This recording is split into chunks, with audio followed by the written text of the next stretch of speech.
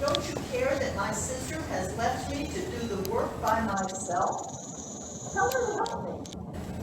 Martha, Martha, the Lord answered, you are worried and upset about many things, but only one thing is needed.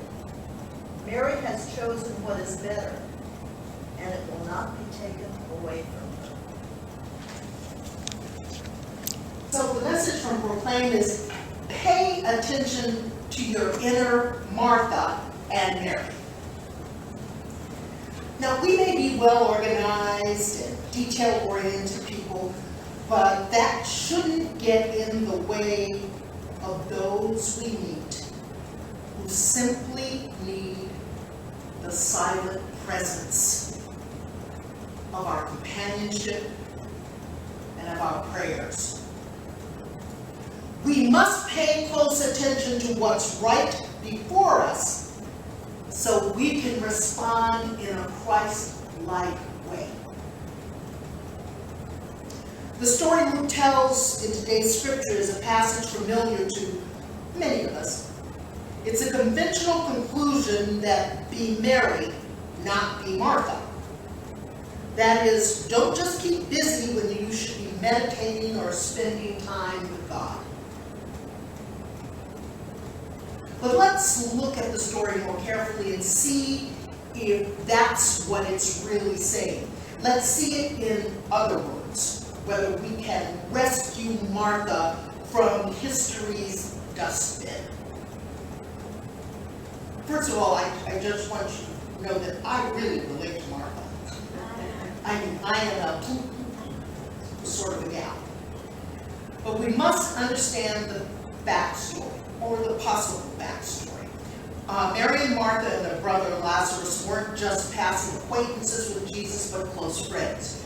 They were in fact so close that when Jesus heard Lazarus had died, he openly wept. Shortest verse of the Bible, Jesus wept. And then he brought Lazarus back to life after several days in the tomb. Now, speaking of a miracle, someone once wrote a funny poem about the Lazarus story, in which Lazarus discovers after he comes back to life that life has moved on without him. His sisters have already rented his room, sold his dog, and put his collection of music up for sale on eBay. I mean, dead is dead after all. Well, that is unless you're dealing with Jesus. By the way, if the account of Jesus in the home of Mary and Martha that's found in John 12:1-8 is of the same visit to the one in Luke, and this writer is assuming it is, then Lazarus is sitting at the table with Jesus. Imagine that. He's been dead. Now he's going to have some falafel or some rice, or whatever Martha's fixing in the kitchen. But there are 4 Gospels. What are those 4 Gospels? Matthew, Mark, Luke, and John. Yes. They are considered the synoptic Gospels. They tell the story of Jesus' life, but from different perspectives. They talk about his life in the Middle East. So in some ways, parts differ from other parts. And I'm going to put on our Facebook page where they are alike and where they differ. And, you know, in ways, these Gospels differ in how things happen in some ways. You know, like if you take 2 sisters or a sister and a brother who grew up with their mom and you ask them both what their mom was like, there you think you're going to get the same story. Unlikely. And many times, even if you're an only child and you grew up with your mom, at different stages of your life, guess what? You have different opinions of your mom. But at any rate, think about what you know and love about your close friends. One thing for sure is that we can speak openly and honestly with them and still know that they love us and we love them. And it isn't speaking honestly just what Jesus is doing with Martha.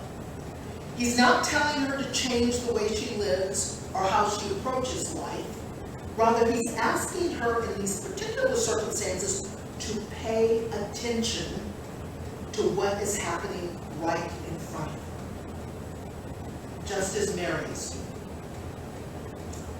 And the difference between my being the pastor here at this church in 2019 versus my being the pastor in 2009, I didn't pay attention.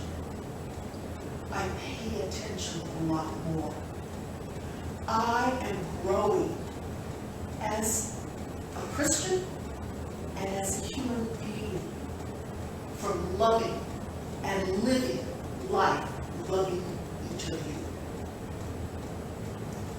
Now, paying a dear price is something we've all done for some of our actions periodically in our lives. Sometimes we prioritize things that may not have been the best use of our time. But to better understand Mary's actions, John's account of the same visit. He says 6 days before the Passover, Jesus came to Bethany, the home of Lazarus, whom he had raised from the dead. And there they gave a dinner for him. Martha served, and Lazarus was one of those at the table with him. And Mary took a pound of costly perfume made of pure nard, and she anointed Jesus' feet and wiped them with her hair. The house was filled with this fragrance of the perfume. John wants to see that Mary was so humbled and dedicated to Jesus that she would spare no expense for him. Mary sets an example for all Christ's disciples, then and now. And she focuses on what is happening in that particular moment. I speak a lot of love and forgiveness and joy. But the main thing is to be aware of what's happening in this particular moment, to be mindful. You know, what is happening? Jesus is on his way to die. It's 6 days before Passover, at the end of several trying years of ministry. Jesus knows that he is facing the cross. It's not a cross he's able to accept, but it's the one he knows is waiting. So as we think today of those who are waiting, whether they're waiting for a diagnosis, or waiting to find out if they're going to be healed, waiting to find out what kind of life is in store for them because they can't afford their home anymore, or they don't know where their next meal is coming from. Think of what it's like, that type of waiting. Jesus is facing the execution by the state, and it can concentrate the mind, and it can give you a very heavy heart. But let's not rush that part of the story. Let's ask the foundational question, why is Jesus on his way to die? He's on a path because of the astonishing reality of the incarnation and how Jesus chose to live as a human being. The incarnation, that the human embodiment of God in Jesus, meant that the limitless power source of the universe freely chose Jesus and chose him to be in absolute submission. The infinite authority bowed to the human condition to show us how to live, now and eternally. And for us to be at the center of God's plan, to live at the center of God's plan, to remind us to live. As Miles notes, God that the Jewish people introduced the world to, unlike the Greek gods and the gods proposed by others, alone in the cosmos, sexless, fatherless, motherless, childless. This is the God who had chose to become the parent of a child by assuming human form. As a little girl, I always said, you know, the Old Testament is God before he had a child, because there's a lot of hell and brimstone in that. But the New Testament says of a loving, compassionate, caring, forgiving God, because he had a child. Anybody who has a child knows that you have got to be forgiving. You've got to be compassionate, because children do not fulfill your dreams. Anyone who thinks children are fulfilling their dreams is delusional.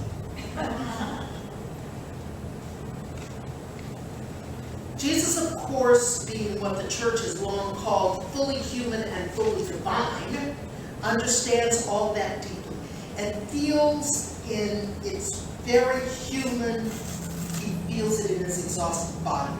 So all Jesus wants to do is sit quietly among his friends, let them hold him, ministering to his bruised life. And Mary gets that. But Martha?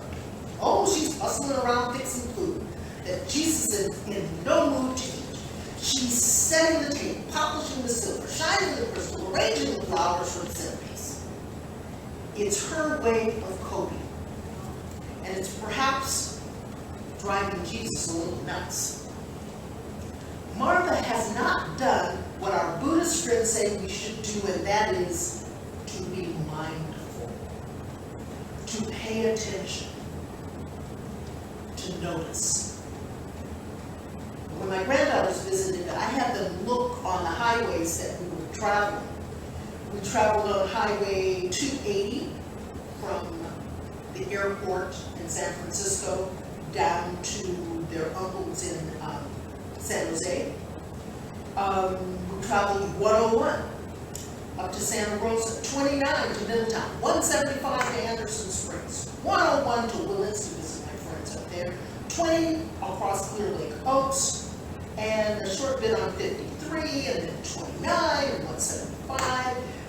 Being aware of where you are in life is critical.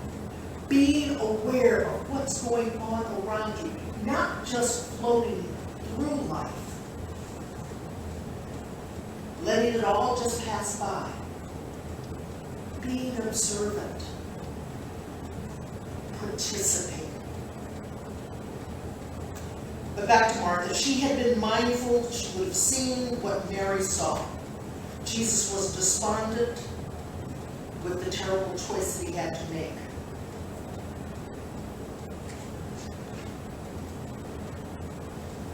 Jesus isn't much interested in polishing silver or hors d'oeuvres or chit-chat about penitence, of the penitent race. Jesus is looking death in the face.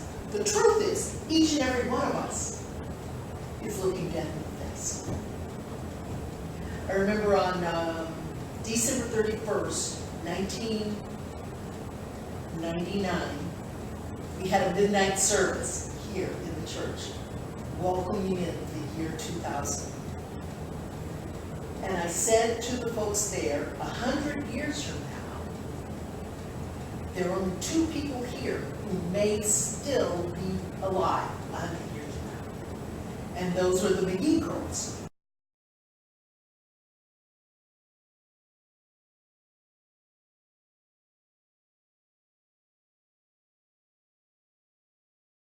But they were, like 7 and 9 or something like that. So each of us, in truth, 100 years from now will not be here. But how we live today, what we do today, will offer a way in which this community can be a better place.